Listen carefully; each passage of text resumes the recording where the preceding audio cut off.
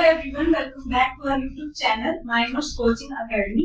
सो इस चैनल पे हम करते हैं हिंदी। ठीक है, हमने इससे पिछले लेक्चर में किया क्रिया के प्रकार कर्म के आधार पर, जो थे दो प्रकार, अकर्मक क्रिया और सकर्मक क्रिया। अब आगे है हमारा रचना के आधार पर। ठीक है, तो रचना के आधार पर कितने प्रकार है इसके? 5 प्रकार है। कौन कौन से? सामान्य क्रिया, संयुक्त क्रिया, नाम धातु क्रिया, प्रेरणार्थक क्रिया और पूर्णकालिक क्रिया। ठीक है, सबसे पहले है सामान्य क्रिया। तो सामान्य क्रिया क्या होती है? सिंपल वर्ब बोलते हैं इसको। जब वाक्य में एक ही क्रिया हो, ठीक है, मतलब एक ही काम हो रहा होगा, ठीक है, उसको बोलेंगे सामान्य क्रिया। जैसे वह खाता है, एक क्रिया हो रही है, मैं सोता हूँ। ठीक है, तो ये सिंपल सा है सामान्य क्रिया जिसमें सिर्फ एक ही क्रिया होगी। ठीक है, ये होगी हमारी सामान्य क्रिया। दूसरे नंबर पे हमारी संयुक्त क्रिया। अब संयुक्त का अर्थ क्या होता है? जुड़ना। ठीक है, संयुक्त क्रिया में क्या होगा?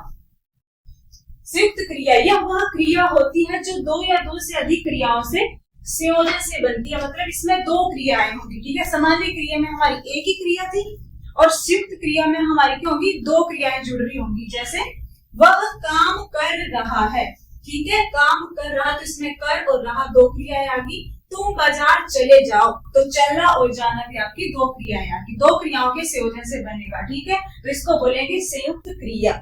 उसके बाद थर्ड है हमारा नाम धातु क्रिया। ठीक है, यह क्रिया किसी नाम, संज्ञा, सर्वनाम या विशेषण से जुड़ी होती है, उसका रूप किसी नाम से मिलता है। ठीक है, जैसे संज्ञा हमने पहले पढ़ी, क्या होती है? किसी भी व्यक्ति का, स्थान का, जाति का बोध हो जिससे उससे बोलते हैं संज्ञा, नाउन। ठीक है, और सर्वनाम मतलब किसी पर्सन को हम जैसे वह, तुम, वे करके बोल सकते हैं, तो उन वर्ड्स को हम बोलते हैं सर्वनाम, यानी सभी का नाम। ठीक है, और विशेषण क्या होते हैं? जो शब्द किसी पर्सन की, किसी चीज की विशेषता को बताते हैं। ठीक है, तो ये क्या होगी? क्रिया जो है वो इनसे जुड़ी होगी। ठीक है, जैसे वह एक अच्छा लेखक है। ठीक है, तो इसमें अच्छा क्या है? लेखक की विशेषता बताई जा रही है, ये। ठीक है, अच्छा जो है लेखक की विशेषता बता रहे हैं। ठीक है, कि वह एक अच्छा लेखक है। ठीक है, तो अच्छा क्या हुई? लेखक की विशेषता हुई, तो ये हुआ हमारा विशेषण। जैसे आपको क्वेश्चन भी आ सकता है कि इस सेंटेंस में विशेषण क्या है? तो विशेषण क्या है? अच्छा, मतलब लेखक की विशेषता बताई जा रही है। ठीक है, तो ये क्या आ गया? विशेषण। तो वैसे ही हमने नाम धातु में पढ़ा कि उसमें क्या होगी? वो क्रिया जो है वो विशेषण के साथ जुड़ी होगी, तो यहाँ पे विशेषण आ गया, तो इसके साथ क्या है आपका? लेखक। लेखक क्या है आपका? नाउन है। ठीक है, संज्ञा, संज्ञा के साथ जुड़ी हुई है, वह एक अच्छा लेखक है, इन सभी शब्दों के साथ जुड़े हुए। जैसे वे संगीत सुनते हैं, तो वे क्या आपके? जैसे वे हमने पढ़ा था सर्वनाम है, वह, तुम, ठीक है, वे, तो ये सारे क्या जाते हैं आपके? सर्वनाम। वे संगीत सुनते हैं, ठीक है, संगीत, वे संगीत सुनते हैं, तो ये सुनना क्या आ गई? आपकी क्रिया आ गई। इन सभी शब्दों के साथ अगर कोई चीज जुड़ी हो तो वो धातु हो, वो क्रिया होगी आपकी नाम धातु क्रिया। ठीक है, फोर्थ आती है हमारी प्रेरणार्थक क्रिया। अब प्रेरणार्थक क्रिया क्या अर्थ होगा?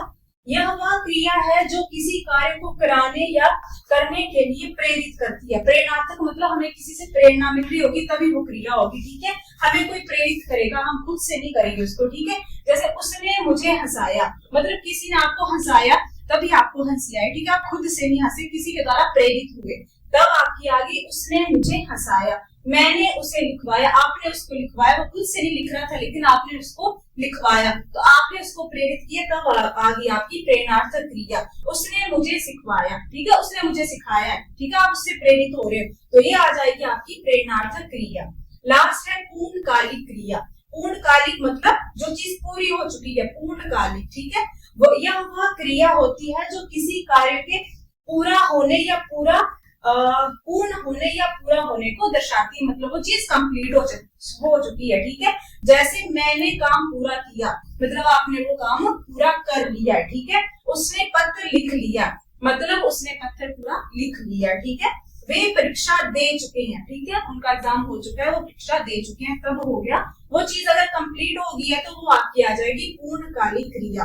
तो ये थे आपके 5 प्रकार किसके? रचना के आधार पर। सामान्य क्रिया जिसमें एक ही क्रिया होगी, ठीक है, संयुक्त क्रिया मतलब दो क्रियाओं से जुड़ी होगी। ठीक है, उसके बाद नाम धातु क्रिया, इसमें क्या होगा आपका? विशेषण, संज्ञा, सर्वनाम शब्द आएंगे साथ में। ठीक है, उसके बाद प्रेरणार्थक क्रिया जिसमें आप किसी के द्वारा प्रेरित हो रहे होगे या किसी को कर रहे होगे, जैसे उसने मुझे हंसाया, उसने मुझे सिखाया, ठीक है।